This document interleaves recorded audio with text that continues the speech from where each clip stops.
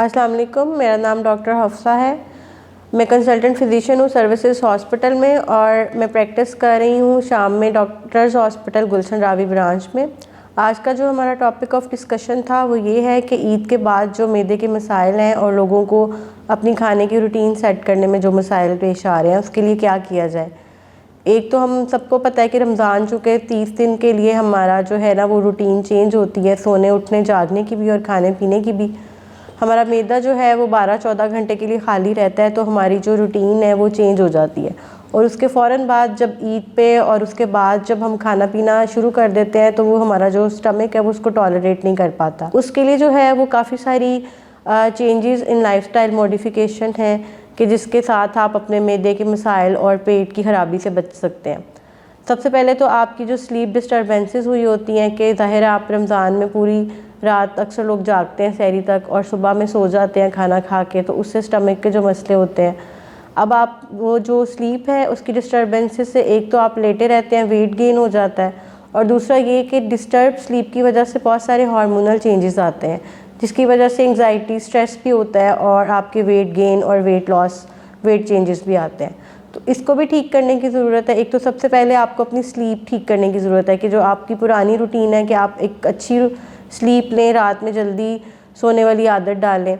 और दूसरा ये कि जो हम खाना खाएं वो जब आप खाना शुरू करें तो एक ही जो कैटेगरी की है ना फूड, लाइक अगर आप कार्बोहाइड्रेट्स ले रहे हैं तो अगर आपने एक क्रोज़न का पीस ले लिया है तो फिर साथ में आप डबल रोटी या उसी की तरह की बन वगैरह उस तरह की चीज़ें ना लें। जब आप मील डिसाइड करें तो आप पोर्शन मील डिसाइड करें कि उसमें वेजिटेबल्स भी हों, उसमें प्रोटीन भी हो, उसमें दालें भी हों और उसमें कार्ब्स भी हों। यूजुअली जो है वो 35% से ज़्यादा कार्ब्स आपको नहीं रखने चाहिए। 15 to 20% प्रोटीन्स और 5 to 10% जो है ना फ़ैट रखनी चाहिए। और कुछ लोग जो है ना वो फ़ौरन से एक 6 मील्स वाली रूटीन में आ जाते हैं कि सुबह में भी नाश्ता कर लिया, दोपहर में भी कुछ खा लिया, फिर शाम में कुछ स्नैक्स ले लिया और रात में भी खाना खा लिया। तो कोशिश करें कि आप जो है जब एकदम से आपकी बॉडी चेंज करती है ना अपना वो रूटीन, तो आप उसी रूटीन पे रहें कि जैसे आप सहरी में लेते थे उसी तरह आप नाश्ते में जो है ना वो हैवी मील लें और रात में कोशिश करें कि लाइट मील लें और दोपहर में भी लाइट मील लें और 3 मील्स तक अपने आप को ना कॉन्फाइंड रखें। उसके बाद ये कि जो हम कुछ लोग हैं जैसे उनके पास स्मोकिंग करते हैं और कॉफ़ी टी बहुत ज़्यादा लेते हैं, रमज़ान एक अच्छा मौका था कि उनकी वो क्विट हो गई चीज़ें। अब वो एकदम से जब अपनी उसी रूटीन पे वापस आते हैं तो भी स्टमक टॉलरेट नहीं करता, फिर वो जलन, तेज़ाबियत, गैस और पेट ख़राब होने की अलामात के साथ हमारे पास आते हैं। तो अपनी उसी रूटीन को कंटिन्यू रखते हुए आप बहुत ज़्यादा भी अगर चाय पीना चाहें या कॉफ़ी, अगर आपको बहुत ज़्यादा एडिक्शन थी तो फिर आप मैक्सिमम 2 कप्स पर डे से ज़्यादा ना लें। उसके अलावा आप अगर कॉफ़ी या टी की जगह दूसरे लिक्विड्स लेने शुरू कर दें, लाइक ग्रीन टी लें, जिंजर टी ले लें, क्लोव्स डाल लें और फ्रेश जूसेस का इस्तेमाल या फ्रेश लेमन जूस जो है उसका इस्तेमाल उसकी इस रिप्लेसमेंट में करना शुरू कर दें तो वो आपके हाजमे के लिए भी अच्छा हो जाएगा। दूसरा, स्मोकिंग जब क्विट किया है तो वो ज़ाहिर है आप जब उसको रिज्यूम करते हैं तो उससे भी आपकी तबीयत ख़राब होती है। फिर बहुत ज़्यादा लोग जो है ना आउटिंग्स और रेस्टोरेंट्स का बहुत ज़्यादा वो करना शुरू कर देते हैं, तो वो भी अवॉइड करना चाहिए। एकदम से आपको दोबारा उस रूटीन में नहीं आना चाहिए। कोशिश करें जो पानी का इस्तेमाल ज़्यादा करें डिहाइड्रेशन से अपने आप को बचाने के लिए, और 15 मिनट पहले जो है आप खाने से पानी अच्छा लें और उसके बाद खाना खाएं और खाने के दरमियान में और खाने के बाद में पानी का इस्तेमाल कम करें। उसके अलावा जो है अपने अंदर जो है ना वो हंगर की एक सेंसेशंस रहने देने चाहिए। एक रिसर्च के मुताबिक आपकी जो हंगर की सेंसेशन है ना वो आपकी बॉडी के लिए इस तरह से अच्छी है कि एक डिजीज़ है अल्जाइमर, यानी कि भूलने की बीमारी या डिमेंशिया की एक टाइप कह लें। तो साइंटिफिक नॉलेज के मुताबिक जो एक भूख की सेंसेशन आप रहने देते हैं ना वो आपको भूलने की बीमारी से बचाती है। बहुत सारे लोग होते हैं भूख लगी, खाना खा लिया और स्टमक हर वक्त फुल रखा। अच्छा, एक खाने में जो है ना 80-20 का रूल भी होता है। 80-20 रूल का मतलब यह है कि आप जब खाना खाएं तो अपना 20% स्टमक जो है ना वो अपना खाली रखें। लाइक आपको जितनी भूख है ना बस आप उसका 80% खाना खाएं और भूख रख के खाना खाएं। और दूसरा ये कि जब आप खाना खाएं तो उस दौरान आप बहुत ज़्यादा बातें करते हुए जब आप खाना खाएं, टीवी शोज़ वगैरह देखते हुए जब आप खाना खाते हैं तो आप उस दौरान जो है अनइंटेंशनली जो है ना वो ओवर ईटिंग कर जाते हैं। तो ओवर ईटिंग के दो ही नुकसान हैं, एक तो आपका वेट गेन होगा और दूसरा आपका स्टमक जब फुल हो जाएगा तो उससे आपको जलन, तेजाबियत, गैस वगैरह के मसाइल और ज़्यादा बढ़ेंगे। फिर आपके जो स्टमक भर जाने के जो सिग्नल्स हैं ना ब्रेन में जाने के, उसमें 30 मिनट्स लगते हैं। मतलब स्टमक भर गया है ये बात दिमाग तक पहुंचने में 30 मिनट्स लगते हैं। और अगर हम बहुत तेज़ ज़्यादा खाना 30 मिनट के अंदर अंदर खा लेंगे तो वो जो एक स्टाइटी की फीलिंग है ना, वो ब्रेन के स्टिमुलेशन तक आते आते हम बहुत ज़्यादा ओवरफ्लो अपने स्टमक को कर चुके हो, तो वो भी एक आपके स्टमक की बीमारी की वजह बन सकता है। दूसरा ये है कि आजकल चूँकि कॉलरा की एक वबा फैली हुई है तो लोग खाना खाते हुए एहतियात नहीं करते, कभी ऐसी बाहर से आए कोई चीज़ खा ली, पानी फ़िल्टर का पी रहे हैं तो बस ठीक है, हम समझते हैं वो सेफ़ है, हम वो पी लेते हैं, पेट ख़राब होने से वो नहीं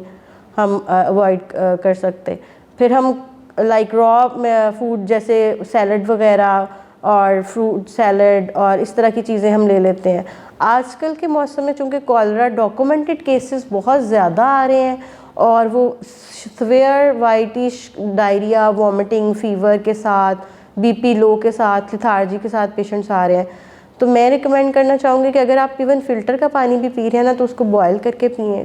कोई भी खाने की चीज़ है उसे अच्छी तरह हाथ धो के खाएँ। और आजकल के मौसम में जो है ना वो सिर्फ वही चीज़ें खाएं जिनको आप पका सकते हैं या बॉयल कर सकते हैं। आप पका के खाना खाएं।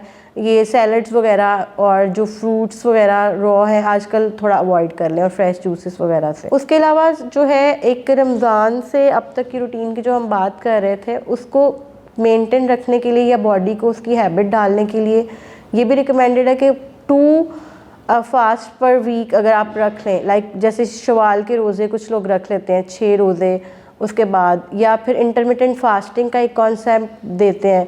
न्यूट्रिशनिस्ट भी इसको इनकरेज करते हैं और वैसे साइंटिफिक नॉलेज में भी जो इंटरमिटेंट फास्टिंग है ना वो आपकी जो बॉडी के टॉक्सिन्स है ना उनको रिलीज़ करने में हेल्प करती है। किस तरह कि जैसे डायबिटिक, हाइपरटेंसिव और हार्ट डिजीज़ के पेशेंट हैं उनके अंदर फ़ैट जो है उनके लिए अच्छी नहीं होती, और जब आप रोज़ा रखते हैं और आप खाना खाते हैं तो फर्स्ट 6 घंटे में तो आपकी बॉडी जो है वो अपने कार्बोहाइड्रेट्स को यूज़ करती है, लेकिन 6 घंटे के बाद उसका जो साइकिल है ना वो चेंज हो जाता है कि वो जो बॉडी के अंदर फ़ैट्स होते हैं ना उनको यूटिलाइज़ करना शुरू कर देती है।